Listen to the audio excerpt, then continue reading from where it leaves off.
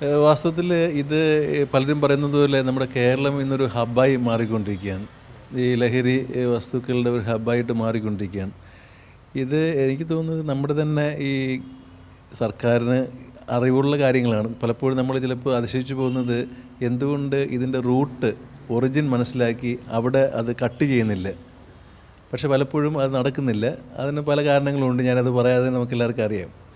അതുകൊണ്ട് വാസ്തവത്തിൽ ഈ പറയുന്ന ഇപ്പോൾ നമ്മൾ ഹാർബറുകൾ ഇപ്പോൾ തീരത്തുകൂടിയാണ് പലപ്പോഴും ഈ പറയുന്ന ലഹരികൾ കൂടുതൽ വരുന്നതെന്നാണ് നമ്മൾ മനസ്സിലാക്കുന്നത്.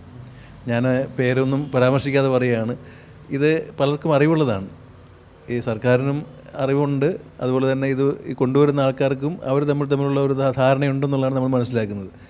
കാരണം ഇപ്പോൾ തന്നെ നമ്മൾ വിഴിഞ്ഞം പോർട്ടിൻ്റെ കാര്യമൊക്കെ പറയുമ്പോഴും അതുപോലുള്ള ആൾക്കാരാണ് പലപ്പോഴും ഇത്തരത്തിലുള്ള ഈ ലഹരികൾ കടത്തുന്നത്.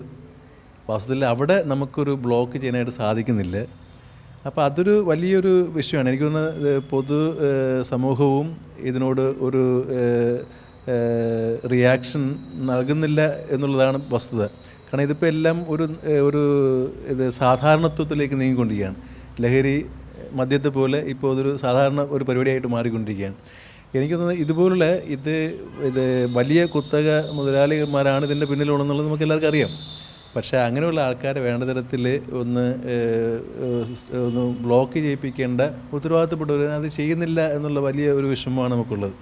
അങ്ങനെ വന്നു കഴിഞ്ഞാൽ വാസ്തവത്തിൽ മറ്റുള്ള കാര്യങ്ങൾ എളുപ്പമാകുമായിരുന്നു. ഈ ലഭ്യത കൂട്ടുകയും ഈ മറ്റത് ഉപയോഗിക്കുകയും ചെയ്യരുതെന്ന് പറയുന്നതിൽ അർത്ഥമില്ലല്ലോ. മദ്യത്തിൻ്റെ കാര്യം നമ്മൾ അങ്ങനെയാണ് പറയുന്നത്. അതേ സ്ട്രാറ്റജി തന്നെ ഇവിടെയും പറഞ്ഞു കഴിഞ്ഞാൽ ഇപ്പോൾ നമ്മൾ തന്നെ പറയുന്നു, സർക്കാരിൻ്റെ ഭാഗത്ത് നിന്ന് അവർ പറയുന്നത് എന്താണ്, നിങ്ങൾ മാതാപിതാക്കൾ കുട്ടികളെ ബോധവൽക്കരിക്കുക, അധ്യാപകർ ബോധവൽക്കരിക്കുക പക്ഷേ ഇവർ ബോധവൽക്കരിക്കുന്നതോടൊപ്പം ഇതിൻ്റെ ലഭ്യതയും കുറയണ്ടേ. പക്ഷേ ഈ ലഭ്യത ഈ പറഞ്ഞതുപോലെ കോടിക്കണക്കിന് ഇറങ്ങിക്കൊണ്ടിരിക്കുകയാണ്. അപ്പോൾ ഇതാണ് ഇതിൻ്റെ ഒരു വൈരുദ്ധ്യം എന്ന് പറയുന്നത്. വാസ്തവത്തിൽ ഇതൊരു നമ്മളെ സംബന്ധിച്ചിടത്തോളം പൊതുസമൂഹത്തെ സംബന്ധിച്ചിടത്തോളം വലിയൊരു വെല്ലുവിളിയായിട്ട് തന്നെയാണ് നമ്മൾ കാണുന്നത്.